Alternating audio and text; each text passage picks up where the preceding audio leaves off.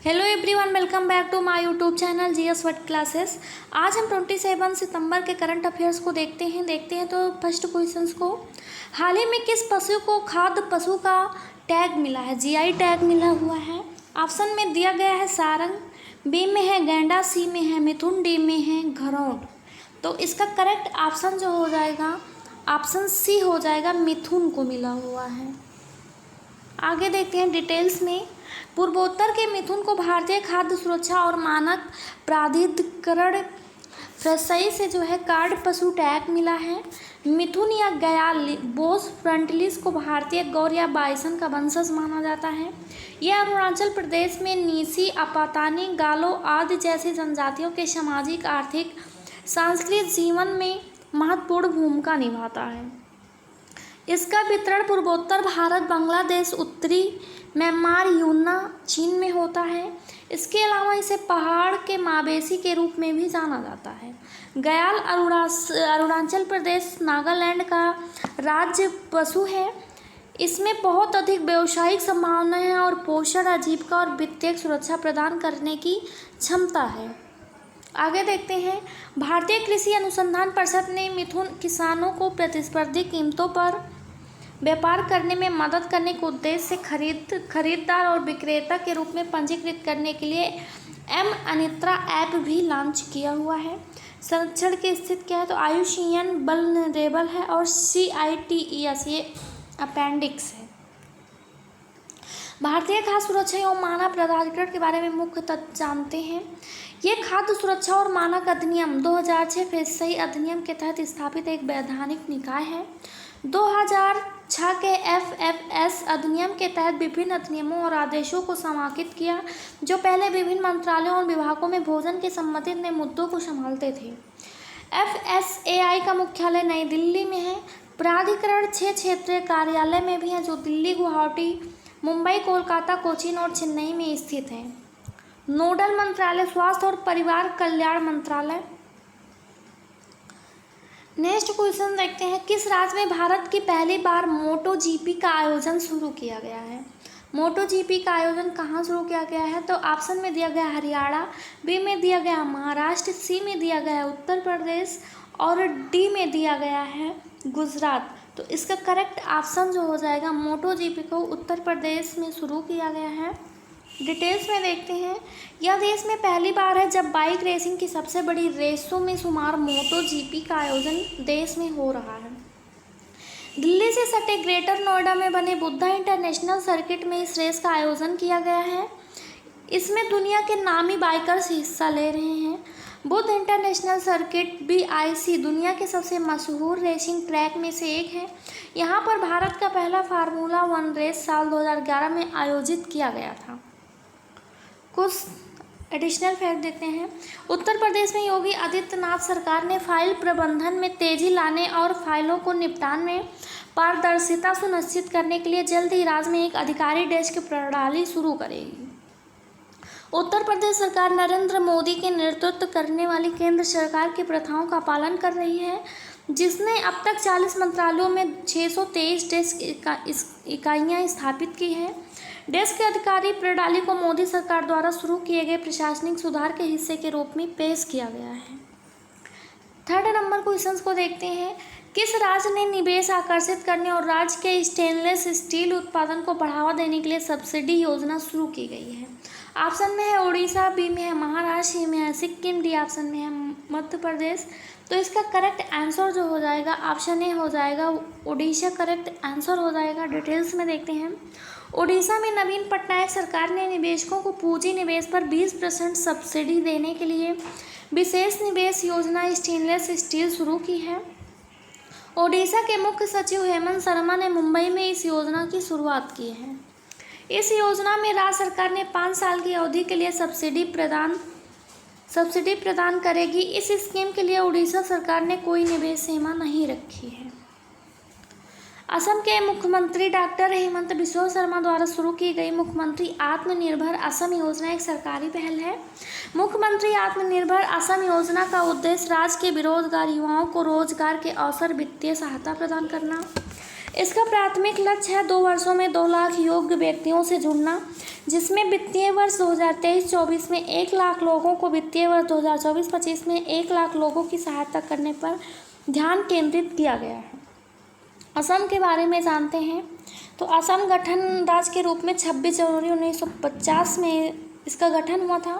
राजधानी इसकी दिसपुर है। यहाँ के मुख्यमंत्री हेमंत बिस्वा शर्मा हैं और राज्यपाल जो हैं वो गुलाब चंद कटारिया हैं। यहाँ पर राज्यसभा की 7 सीटें हैं, लोकसभा की 14 सीटें हैं। यहाँ पर वन्य जीव में काजीरंगा राष्ट्रीय उद्यान है, मानस राष्ट्रीय उद्यान है और नामेरी राष्ट्रीय उद्यान स्थित है।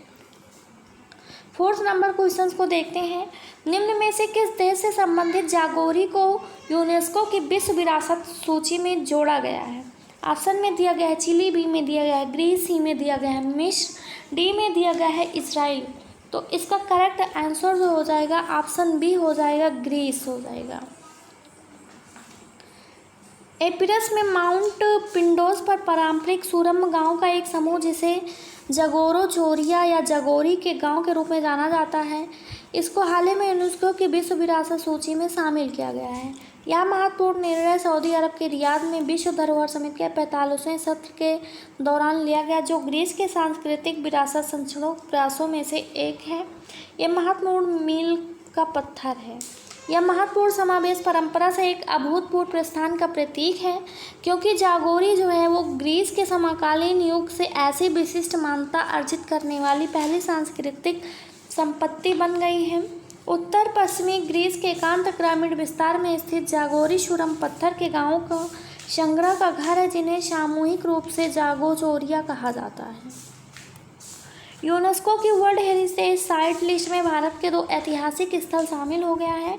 नई लिस्ट में शांति निकेतन पश्चिम बंगाल का प्रसिद्ध स्थल, जहां का भी रविन्द्रनाथ टैगोर ने 1 सदी पहले विश्व भारती का निर्माण किया था, इसको यूनेस्को की वर्ल्ड हेरिटेज साइट लिस्ट में शामिल कर लिया गया है। साथ ही कर्नाटक में स्थित होयसल का पवित्र मंदिर समूह बेलूर, हलेबीड और सोमनाथपुरा के होयसल मंदिरों की यूनेस्को की विश्व धरोहर सूची में शामिल किया गया है। इसके साथ भारत में वर्ल्ड हेरिटेज साइटों की संख्या बढ़कर 42 हो गई है। 5th नंबर क्वेश्चंस को देखते हैं। 5th नंबर क्वेश्चंस है, किस राज्य ने अगले शैक्षणिक वर्ष से सरकारी स्कूलों में अंतर्राष्ट्रीय स्तर का पाठ्यक्रम शुरू करने का निर्णय है? ऑप्शन ए में है आंध्र प्रदेश, बी में है केरल, सी में है महाराष्ट्र, डी में है तमिलनाडु। तो इसका करेक्ट आंसर हो जाएगा option A, Andhra Pradesh correct हो जाएगा। डिटेल्स में देखते हैं।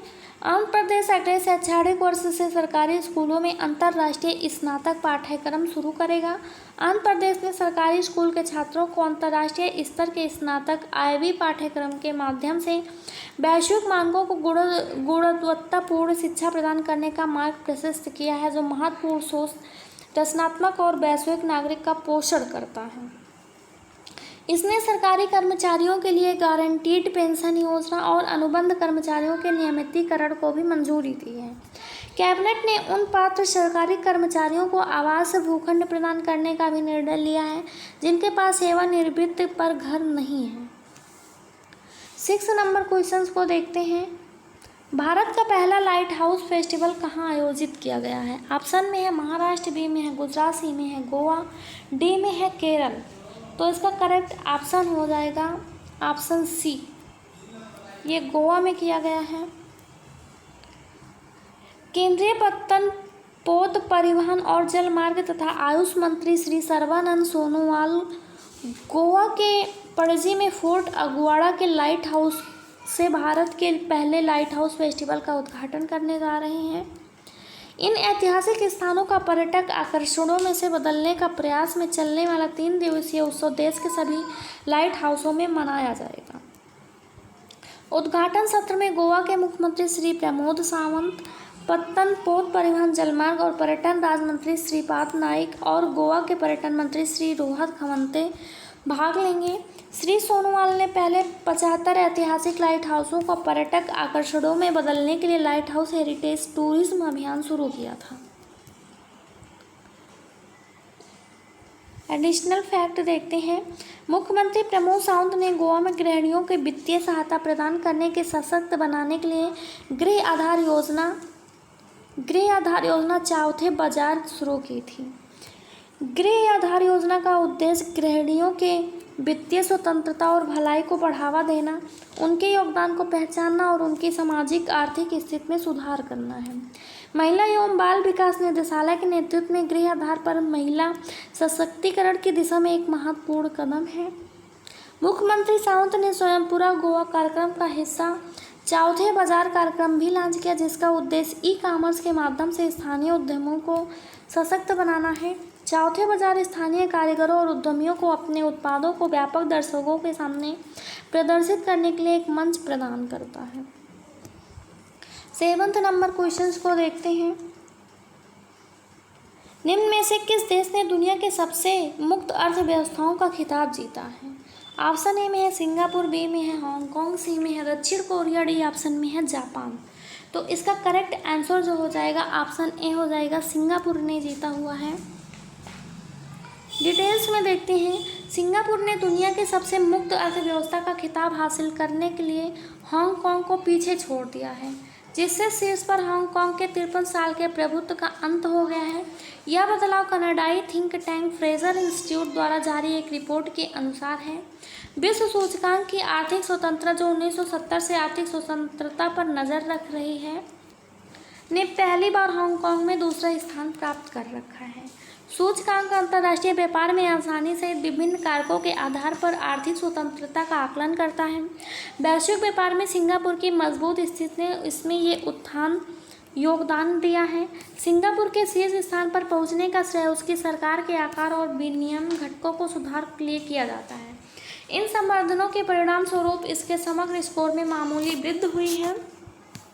आर्थिक स्वतंत्रता सूचकांक पर भारत 165 देशों में से 86वें स्थान पर फिसलकर 87वें स्थान पर आ गया है। 8 नंबर क्वेश्चंस को देखते हैं। हाल ही में संयुक्त राष्ट्र जलवायु महत्वाकांक्षा शिखर सम्मेलन किस स्थान पर आयोजित किया गया है? ऑप्शन में है पेरिस, बी में है बर्लिन, सी में है न्यूयॉर्क, डी में है टोक्यो।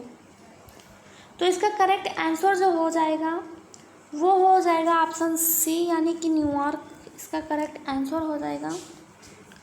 संयुक्त राष्ट्र जलवायु महत्वाकांक्षा शिखर सम्मेलन 20 सितंबर 2023 को न्यूयॉर्क में आयोजित किया गया था। संयुक्त राष्ट्र महासचिव एंटोनियो गुटेरेस ने संयुक्त राष्ट्र जलवायु महत्वाकांक्षा शिखर सम्मेलन की मेज़बानी की। इस शिखर सम्मेलन का मुख्य उद्देश्य 28वें कॉन्फ्रेंस ऑफ पार्टीज COP28 के हिस्से के रूप में जलवायु कार्यवाही में तेजी लाना है। 9 नंबर क्वेश्चंस को देखते हैं। भारतीय मूल के किस लेखिका का पहला उपन्यास वेस्टर्न लेन बुकर पुरस्कार 2023 के लिए चुना गया है? ऑप्शन में है सिहान करुणा तिलका, बी में है चेतना मारू, सी में है सुधा शर्मा, डी में है करुणा गोयल। तो इसका करेक्ट ऑप्शन हो जाएगा बी, चेतना मारू के उपन्यास को चुना गया है। भारतीय मूल की लेखिका चेतना मारू का पहला उपन्यास वेस्टर्न लेन बुकर पुरस्कार 2023 के लिए चुना गया है। चेतना मारू का यह उपन्यास ब्रिटिश गुजराती समुदाय पर प्रकाश डालता है और गोपी नाम की 11 वर्षीय लड़की पर केंद्रित है, जो अपने परिवार के साथ अपने संबंधों का पड़ताल करती ही रहती है। इस उपन्यास में जटिल मानवीय भावनाओं का पता लगाने के लिए एक रूपक के रूप में स्क्वैश के अभिनय उपयोग के लिए बुकर न्यायाधीशों की प्रशंसा अर्जित की है। बुकर पुरस्कार एक साहित्यिक पुरस्कार है जो हर साल अंग्रेजी में लिखे गए यूके और आयरलैंड में प्रकाशित सर्वश्रेष्ठ उपन्यास के लिए दिया जाता है। 10 नंबर क्वेश्चंस को देखते हैं। भारत और अमेरिका की सेना के बीच एक्सरसाइज युद्ध अभ्यास का 19वां संस्करण कहाँ आयोजित किया जा रहा है? ऑप्शन में है ह्यूस्टन, बी में है कच्छ, सी में है अलास्का, डी में है लद्दाख। तो इसका करेक्ट आंसर सी हो जाएगा, ऑप्शन सी हो जाएगा, अलास्का में किया जा रहा है। भारत और अमेरिका की सेना के बीच एक्सरसाइज युद्ध अभ्यास का 19वां संस्करण यानी 19th एडिशन जो है वो फोर्ट बेन राइज अलास्का संयुक्त राज्य अमेरिका में आयोजित किया जा रहा है। यह भारतीय सेना संयुक्त राज्य अमेरिका सेना द्वारा संयुक्त रूप से आयोजित किया जाने वाला एक वार्षिक अभ्यास है। Thanks for watching GS word classes. अगर वीडियो अच्छी लगी हो तो हमारे चैनल को सब्सक्राइब करें, वीडियोज़ को लाइक शेयर कमेंट ज़रूर करें। धन्यवाद।